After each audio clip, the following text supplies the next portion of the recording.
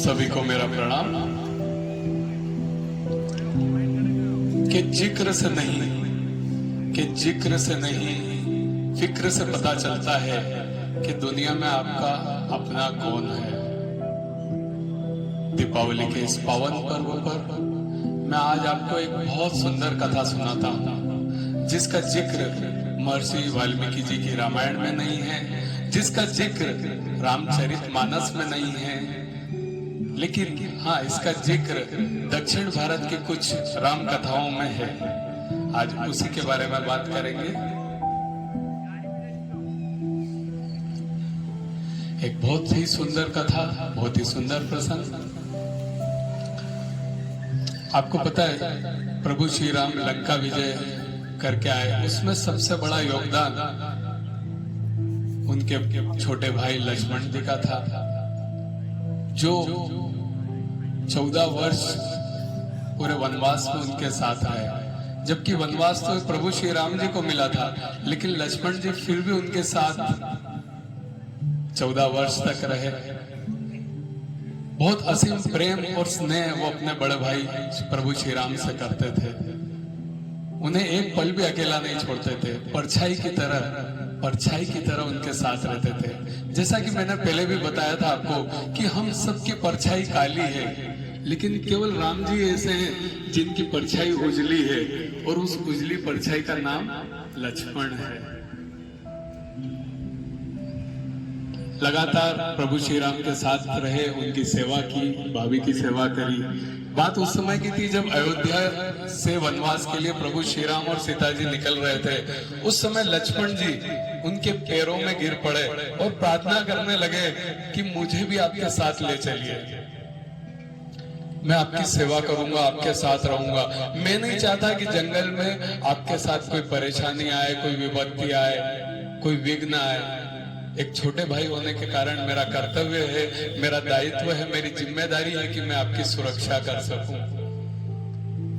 काफी प्रार्थना करी प्रभु श्री राम से, उनके चरणों में गिर पड़े तो प्रभु श्री राम मान गए उन्हें भी अपने साथ ले जाने के लिए। अब वनवास के लिए 3 लोग जा रहे थे, प्रभु श्री राम, माँ सीता और लक्ष्मण जी। इतने में उर्मिला जी, जो लक्ष्मण जी की धर्मपत्नी, वो बोली मुझे भी साथ लीजिए, मैं भी भैया भाभी की सेवा करूंगी, आपकी सेवा करूंगी। तो लक्ष्मण जी ने उनसे अनुरोध किया, उनको समझाया कि नहीं, अगर तुम साथ होगी तो मुझे तुम्हारी फिक्र, तुम्हारी चिंता रहेगी। मैं बड़े भैया की इतने अच्छे से सेवा नहीं कर पाऊंगा। इतना उन्होंने निवेदन किया अपनी वाइफ को कि इसलिए तुम मत चलो, तुम यहीं अयोध्या में महल में रहो, अपनों के बीच रहो। तुम यहाँ रहोगी तो मैं निश्चिंत रहूंगा कि तुम परिवार के साथ हो और तुम सुखी हो, इसलिए तुम यहीं रुको और केवल मुझे जाने दो। और मिला जी अनमने मन से उनकी बात को मान गई और वहीं रुक गई। अब वनवास के लिए प्रभु श्री राम, लक्ष्मण जी और सीता जी चल पड़े। एक दिन गुजरा और जब रात हुई, लक्ष्मण जी पहरा दे रहे थे, तभी नींद की देवी, निंद्रा देवी वहां प्रकट हुई और लक्ष्मण जी उसे देख के चौंक गए। लक्ष्मण जी बोले, मैं यहाँ मेरे भाई, बड़े भाई और भाभी की सेवा में हूँ और 14 वर्ष के लिए वनवास के लिए मैं उनके साथ आया हूँ। मैं आपसे प्रार्थना करता हूँ कि 14 वर्ष तक मुझसे दूर रहो, मैं एक पल भी नहीं सो सकता। तो निंद्रा की देवी ने कहा, यह तो प्रकृति का नियम है, अपनी नींद का बोझ तो किसी न किसी को उठाना ही पड़ेगा। तो लक्ष्मण जी कहते हैं, क्या ऐसा हो सकता है कि अयोध्या में मेरी पत्नी उर्मिला वो वहीं पर है, क्या आप उससे ये बात कर सकते हैं कि वो 14 वर्ष तक सोए और मैं यहाँ पर जागूं? तो निंद्रा की देवी ने कहा ठीक है। निंद्रा की देवी वहां जाती है, उर्मिला जी से बात करती है, तो उर्मिला जी सहर्ष इस बात को स्वीकार कर लेती है। और इस तरह आप देखते हैं कि 14 वर्ष तक उर्मिला जी सोती हैं और 14 वर्ष तक हमारे लक्ष्मण जी हमारे भाई की सेवा, प्रभु श्री राम की सेवा करते हैं, उनकी भाभी की सेवा करते हैं और एक पल भी नहीं सोते हैं। ये शायद ही किसी को मालूम हो कि 14 वर्ष तक लक्ष्मण जी सोए नहीं, उनकी जगह उर्मिला जी सोई। जब लंका विजय के बाद उत्सव का माहौल चल रहा था अयोध्या में और दरबार में सभी लोग उत्सव मना रहे थे, तब लक्ष्मण जी जोर जोर से हंसने लगे। सबने हंसी का कारण पूछा कि क्या बात हुई, हमसे कोई गलती हो गई, आप इतना क्यों हंस रहे हैं? तो लक्ष्मण जी ने कहा, अब मुझे निंद्रा की देवी को दिया हुआ वचन याद आ रहा है। मैंने उनको वचन दिया था कि 14 वर्ष तक मेरी पत्नी सोए और मैं जागूं। अब मेरे सोने का समय आ गया है। तो इतना प्रेम अपने भाई के प्रति लक्ष्मण जी का था। जब लक्ष्मण जी छोटे थे और जब पैदा हुए तो बहुत रो रहे थे, वो चुप ही नहीं हो रहे थे। तब उन्हें प्रभु श्री राम जी के पास ले गए और वो चुप हो गए। इतना असीम प्रेम और स्नेह लक्ष्मण जी अपने भाई से करते थे कि हर समस्या का हल होता है, आज नहीं तो कल होता है। आंखों से आंसू न बहने दो, आंखों से आंसू न छलकने दो, क्योंकि आंसू तो गंगाजल होता है। तो एक बहुत अच्छी कहानी जो हमें बहुत बड़ी सीख देती है, अपनों का साथ जीवन में बहुत जरूरी है। भाग्य का निर्माण तो हर कोई कर सकता है, लेकिन एक अपने परिवार का निर्माण करना बहुत कठिन कार्य है। अपनों को हमेशा साथ लेकर चले। इस कहानी से हमें यही शिक्षा मिलती है कि एक बहुत अच्छा गाना भी है इसके ऊपर कि बाकी सब सपने होते हैं, अपने तो अपने होते हैं। आज दीपावली का दिन है, सभी लोग अपनों के साथ रहे, अपनों के साथ दिवाली मनाएं, एक अच्छा परिवार का निर्माण करें। इन्हीं आशाओं के साथ आप सभी को बहुत बहुत धन्यवाद, बहुत बहुत साधुवाद। हमारे बीच आज के कार्यक्रम के हमारे विशेष अतिथि, मुख्य अतिथि पंडित संजय जी दवे साहब पधार चुके हैं, हमारे साथ विराजमान हैं।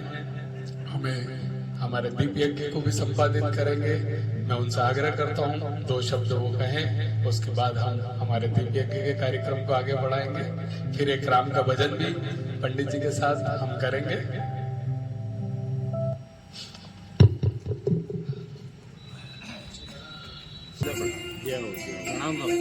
बोलो सद्गुरु देव की जय।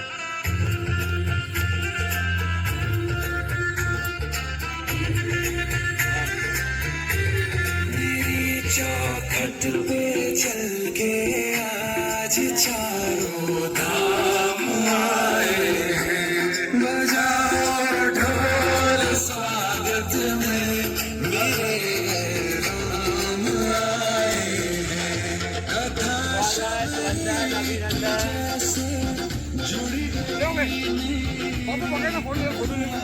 से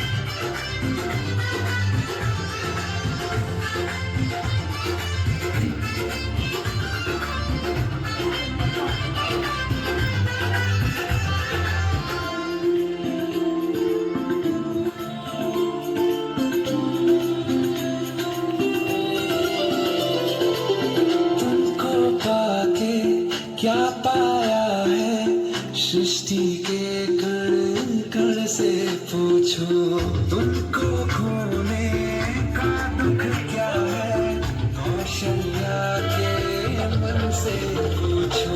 यार मेरे ये भागे आज के भाग जागे, बड़ी लंबी सभी के हृदय में विराजे परमेश्वर को नमन।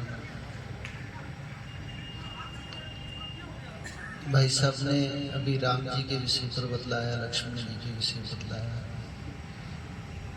कभी चिंतन किया कि रामचरितमानस में एक विशेष बिंदु है, वो में हमारा निजी है कि राम जी ने अपनी बुद्धि का कहाँ प्रयोग किया। कभी चिंतन करा आपने? एक बच्चों की भाषा में बोले तो राम जी निर्बुद्धि थे। ज्ञान अलग होता है, बुद्धि अलग होती है, दोनों में अंतर है, यही समझना पड़ता है ना। वो सहज वो सरल थे। आज तक मर्यादा पुरुषोत्तम के रूप में जो पूजे जाते हैं ना, हम लोग जिनको आदर्श रूप में, उनसे हम क्या शिक्षा लेते हैं? वो सिर्फ कर्तव्य का निर्वहन करते थे, जो दायित्व परमात्मा ने दिया है उनका वो निर्वहन करते थे। जिसने जैसा बोला वैसा करते गए और अपने लक्ष्य तक पहुंच गए। हम लोग क्या करते हैं? हम लोग अपनी बुद्धि लगा देते बीच में, है ना। तो पुराने प्रारब्ध तो कटते नहीं, नए प्रारब्धों का निर्माण चालू हो जाता है, वही अड़चनें होती है। अपने कर्तव्यों का निर्वहन करें। शास्त्र हमें जीने की कला सिखाता है। दीप उत्सव, दीपावली सिर्फ एक दिन, 2 दिन या 4 दिन मनाने की नहीं होती। ये प्रतीक होता है कि हमको जीवन कैसे जीना चाहिए, शास्त्र यही सिखाते हैं। और वर्तमान परिप्रेक्ष्य में क्या हो गया है कि बाहरी भौतिक विलासिता ज्यादा हावी हो गई है, स्वाध्याय नहीं हो पा रहा हमसे। हम जल्दी फल की आकांक्षा में, बस जिसको बोलते हैं ना कि एक महाराज आए और उन्होंने बताया तो भीड़ लग गई मंदिरों में पूजा के लिए, माताओं की, भाइयों की, है ना। परंतु स्वाध्याय नहीं कर रहे हैं। स्वाध्याय बिना ये होगा कि चाकू तो है हाथ में, वो अपने ही नुकसान कर देगा, उसका सदुपयोग करना नहीं सीख पाएंगे, है ना। तो स्वाध्याय भी करना है, रामचरितमानस पढ़ना है। जैसे बहुत अच्छा करा जावदिया जी, आपको जो वृतांत सुना रहे ना, ये हमारे जीवन में गुणों के साथ प्रवेश हो। योग भी करते ना, तो योग का मतलब क्या होता है? हमने योग छोड़ दिया, हमने योग पे सोच कर रखा है, पर योग छूट गया, अपने आप छूट गया। क्योंकि योग एक सीमा तक जाएगा और सीमा के बाद जीवन ही योग बन जाएगा। आपका चलना, उठना, बैठना, खाना योग में हो जाएगा। तो आप क्या बन जाओगे? योगी बन जाओगे। और जिस दिन योगी बन गए तो आपका योग अपने आप छूट जाएगा, फिर जीवन ही योग बन जाता है ना। और ये सौभाग्य नहीं है, ये दुर्भाग्य है हम सबके लिए कि योग को निकल के इतनी जल्दी आगे आना पड़ा। क्योंकि पहले की योग की आवश्यकता कहाँ थी किसी को? क्योंकि पहले व्यक्ति परिश्रमी था, ईर्ष्या, द्वेष, छल कपट से बहुत दूर था वो, तो जीवन में आरोग्यता थी, शांति थी। फिर ईर्ष्या, छल कपट, द्वेष होने लग गया, हम परिश्रम से दूर हुए, तो लोगों ने आक्रमण कर दिया, तो शास्त्रों से निकल के योग को आना पड़ा।